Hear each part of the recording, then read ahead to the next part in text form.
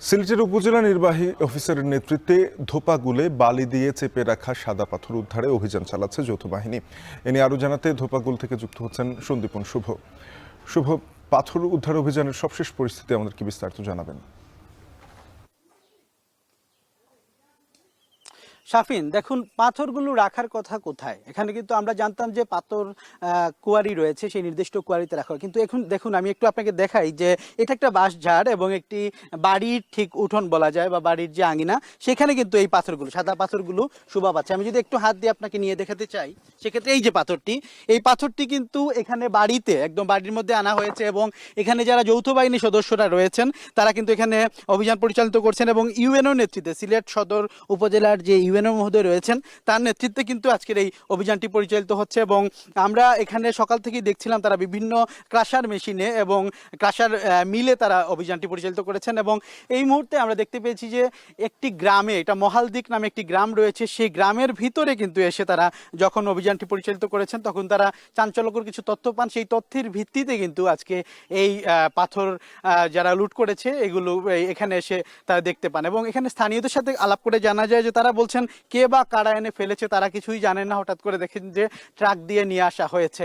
তো এই বিষয়ে আসলে এখানকার যিনি ইউএনও মহোদয় রয়েছেন খুশনুর রুবাইয়াত, ওনার সাথে আমরা একটু আলাপ করব কি পরিস্থিতি এই মুহূর্তে চলছে সিলেটে এবং বাসাবাড়িতে কিভাবে আসলে পাথর লুটের ঘটনা ঘটেছে সে বিষয়ে আমরা জানতে চাবো আসলে কি ঘটেছিল। এবং এই যে বাসাবাড়িতে এইভাবে সাদা পাথর নিয়ে আসা, সাদা রত্ন যেটিকে বলা হয়, এটি আসলে কতটা অবাক করেছে সবাইকে? আসলে এখানে বাসাবাড়িতে নিয়ে আসা হয়েছে, মানে এই বাড়ির মালিক যিনি আছেন তিনি এটার সাথে জড়িত। আমরা তার নাম নিয়েছি। আসলে অবাক করার মতো বিষয় যে এখানে পাথর নিয়ে আসা হয়েছে। আমরা ক্রাশিং জোনে দেখছিলাম এবং ক্রাশিং জোনে আমরা অভিযান যেহেতু পরিচালনা করেছি এর আগেও অনেকবার, আমরা বিদ্যুৎ সংযোগ বিচ্ছিন্ন করেছি, এই কারণে পাথরগুলা ভাঙ্গা সম্ভব হয় নাই। আপনারা জানেন যে জেলা প্রশাসক স্যারের নির্দেশে আমরা একাধিকবার এই বিদ্যুৎ সংযোগগুলা বিচ্ছিন্ন করেছিলাম, অবৈধ ক্রাশিং মেশিন যেগুলো ছিল, এই কারণে আসলে তারা ভাঙতে পারেনি।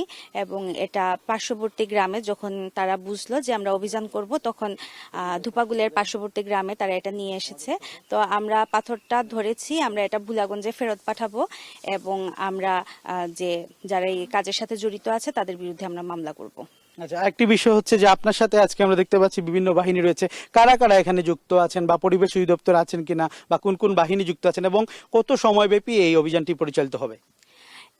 এখানে সেনাবাহিনী আছেন, পরিবেশ অধিদপ্তর আছে, পুলিশ আসার কথা রয়েছে, পুলিশ এখনো এসে পৌঁছায়নি। আর হলো এখানে দুইটা অভিযান পরিচালনা হচ্ছে, একটা আমার নেতৃত্বে, একটা সহকারী কমিশনার ভূমির নেতৃত্বে, সিলেট সদরের নেতৃত্বে। আর দিনব্যাপী অভিযান পরিচালনা হবে আর চেকপোস্ট 24 ঘন্টাই হচ্ছে। ঠিক আছে, দেখলেন শাফিন, এখানে কিন্তু বাসা বাড়িতেও পাথর এনে রাখা হয়েছে এবং ইউএনও যেটি বলছিলেন যে আসলে যারা জড়িত হয়তোবা বাড়ির মালিকরা এখানে জড়িত রয়েছেন বা স্থানীয়রা কেউ কেউ হয়তোবা জড়িত থাকতে পারেন। এবং এই বিষয়টি কিন্তু বেশ চাঞ্চল্যের সৃষ্টি করেছে পুরো শহর সিলেট জুড়েই। আপনি জানেন যে গতকালও আমরা কিন্তু কোম্পানিগঞ্জের একটি গ্রামে এই জিনিসটি পেয়েছিলাম এবং আজকে কিন্তু আমরা এখানে এসেও সেই একই চিত্র দেখতে পাচ্ছি, যেটি আসলে বেশ অভিনব কায়দায় পাথর লুট বলা যায়। তো আমরা হয়তো বা পরবর্তীতে আবারও জানাতে পারবো অভিযানের সর্বশেষ তথ্য। শাফিন, এই ছিল আপাতত আমার কাছে পাথর লুটের বা পাথর অভিযানের সবশেষ।